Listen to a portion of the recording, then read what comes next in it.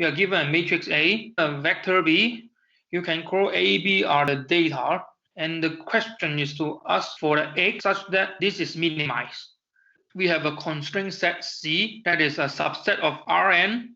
X has to be inside C to be a feasible solution. And there are many different types of C. For example, if this is Rn plus, that is non-negative orphan, then this problem is called non-negative least square. Why study P? Because this problem is easy to understand. And then whenever you take second order Taylor's approximation of your problem, you will get something that looks like P. And P is easy to generalize. So for this slide, I assume you understand all of it. For example, P is a convex problem, blah, blah, blah, blah, blah. And then denote F as this problem because F is a least square problem. Let's think Q is A transpose A and P as like this. Then you can express F as this. And then blah, blah, blah. This I am not going to talk about it. This slide is like the theoretical background for studying P. So now gradient descent, which is actually an iterative algorithm. You have a method, produce a sequence x1, x2, x3, starting from x0, initial guess. And what you want is that the function value decreases. A way to achieve this is just to do this. New variable is the old variable plus step size times direction. Step size means how big you move. Direction means how you move. The important note, actually the real step size should be the norm of this thing. And lastly, here in the last sentence, I'm saying that choosing x0 actually affects the performance a lot. This actually is its own research problem. That is, how do you initialize x0? And then for the iterative scheme, basically you pick the direction, that is the delta, as the negative gradient. This is gradient descent. What about how to choose the step size? Well, there are so many rules, so I'm not going to talk about it. So basically, I will only talk about how to pick T optimally. That is called exact line search. That is, you minimize this function on T. And the fourth one, that is, you fix the T using something called Lipschitz constant. What is Lipschitz constant? So I come back to this. F is L smooth, and the L is basically the 2 norm of the Q, which is the 2 norm of A transpose A, which is equal to this. So basically, this L is very important. And there are also other rules, but I'm not going to talk about that. For the step size that is optimal, basically you minimize this thing on T. For problem P, you will have this closed form solution. Why? Then you read this. I'm not going to explain why. If I explain everything, then 2 hours is not enough. So this is a reading exercise. You can read it later. So if you put exact line search T, then for this problem P, now the gradient update looks like this. You plug in the T exact as the expression I show you. The algorithm then looks like this. You starting from initial point x0, then you compute this constant term, and then you just compute the gradient G, and then you update it as the point minus the step size times the gradient. And here is an example, that is x true is 0 and b is A inverse x true. Let's say my starting point is 5, 4, and I run 30 iterations, and the matrix AR looks like this. For the first example here, A is just identity. This is a starting point. This is 5, 4. So here is 5, here is 4, and in the first iteration, it goes to here. This is the movement of the iteration. As I told you, the solution is at 0, 0, which is here. You can see that this point moved to the solution in one step. But let's look at another A. Now you see something. This point don't move to the solution in one step, but instead move like this and then that. And you see, if I keep perturbing this value, this movement become more and more zigzag. And actually, you also see something. Okay, this line, this contour line are the function value of the f on this circle. Every point on this circle will give you the function value 5, and every point on this circle give you 10.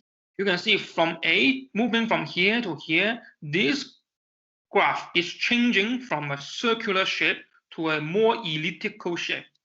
So basically, these observations tell you that if the contour of the function is changing from circular to more elliptic, then gradient descent becomes slow. Because for here, this is circular shape, the gradient descent takes one step from here to here. But for this one, which is much more elliptic, you can see it does not take one step, but 1, 2, 3, 4, 5, 6, and then a lot of steps to go to the solution point. This makes gradient descent slow. So the observation is if the level set is circular, then gradient descent, GD, go to X star, the solution point, very fast. In fact, for this case, it goes to the solution point in one step. But as long as you having a more elliptic level set, this is becoming slow. So this is called zigzag. And then, of course, this lecture is trying to answer the question, why does it happen? Where does it come from? And how to deal with it? Another step size selection. If you pick 1 over L as a step size, so this is the gradient update. And this is the expression. And then you plug in the grad f as qx minus p, you have this form, and then you can keep simplify it, but we will come back later. So you plug in this in the algorithm, then it just looks like this. And this is the same figure, but now using the Lipschitz step size. You can see for this case, it also go to the solution in one step, it's the same. But from here, you can see something similar happen. This point don't go to the solution point in one step, instead it go to here and then it move here. So now here's a question. I'm using constant step size, so they should move a fixed distance. How come this kind of distance are not the same? Why gradient descent is slow? The picture. Remember, this is starting point 5, 4, and then this is a solution point. Here's the question. Why gradient descent move along the red line but not the blue line? Two more questions. Actually, where does this expression come from? What does this expression actually do? So the answer is actually gradient descent comes from something called local quadratic model. The idea is that gradient descent is actually minimizing a function, big F, and this big F is actually a quadratic function. And gradient descent is stupid, that is, it moves along the red but not the blue, is because this is a local decision. This point move to here is because this point can only see moving here is good, but he cannot see moving here is the best. Because this is the solution, and this is actually global minima. So actually going to the blue path is a global decision, but going to the red path is a local decision. And since gradient descent is a local model, it cannot make global decision. Actually, gradient descent, you can think of it as a greedy algorithm. It sees something local. So being a local observation, having local observation, this point don't know this is the solution. So it will not move to here. But then there is a question. Why in this circular case, this point moved to the global solution? Well, it's because in this example, the function f is nice, such that the local decision made by gradient descent is as good as the global one. So this is the message. Basically, gradient descent do something, a local decision. And this local decision can be bad if the function f is bad. So what does it mean nice and good? So what is this big F? So this is gradient descent. This expression here is the minimizer of a function f. Then the f looks like this. And why the f looks like this is basically asking you the question, if I differentiate a function f and take it as 0, what f will give me the gradient step? So basically you take this, you take the gradient and set it to 0, this thing will give you the gradient. And this function, if you complete the square, will look like this. The message is, this function, if you plot it, is spherical. So what is gradient descent doing? You have a point here, this is the starting point.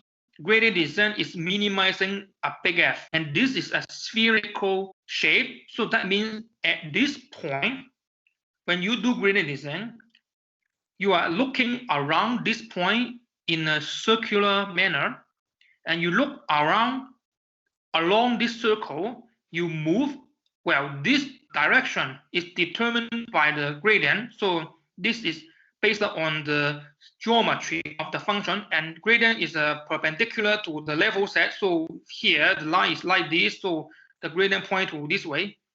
Actually, the gradient should point to this way, but now we are talking about negative gradient, so point this way. So the story is like this. You are at this point, you move along this direction, and you look around this circle with this radius, and you try to find the point that give you the smallest function value. So that is, let's consider like this. For example, you are here, and let's say you move to here. Because this line is the moving direction, so you move, and then you move to this point. This point is on this contour, that is with function value 10. So this is a possible location, the gradient descent will move, but I'm now going to minimize this thing on X, so it don't stop, it keep moving. So let's say I go to here, then I go to here, I will touch another contour line, right? I touch another contour line. This contour line will have a function value smaller than 10. So yes, gradient descent will move to here instead of 10. But let's keep trying. Then keep going to here. Okay, at this point, this function value is 4.9 something. So this is the best value you can get. Why? Because if you keep moving to here, you can see if I move to here, this contour will be above the 4.9 contour. That means the function value increase. That is why gradient descent move to here. It's because it moved along this direction with respect to all this circle and try to search the point that has the smallest function value. And it just happened, this point is the point with the smallest function value. And because of the geometry, that's why this point moved to here. The contour looks like this. That's why gradient descent using local information can only move to here. So this is the idea why gradient descent move like this for this bed function. So this is the conceptual understanding. Gradient descent, how it makes progress. Why gradient descent zigzag? In fact, it always occurs. Why? Reading exercise. Let me recap. When function f is not nice means the level set is elliptic. Then when you use the step size, no matter it's exact step size or Lipschitz step size, gradient descent slow. So the idea is to improve gradient descent. On dynamical step size, we try to reduce the zigzag. That means we try to reduce it. And for this, we try to move more. So this is the idea. So summary so far, we talk about this problem P, and then this is step size, this is gradient descent, and then you just learned that gradient descent is a local decision maker by minimizing f, that is local quadratic. When f is elliptic, gradient descent zigzag and slow.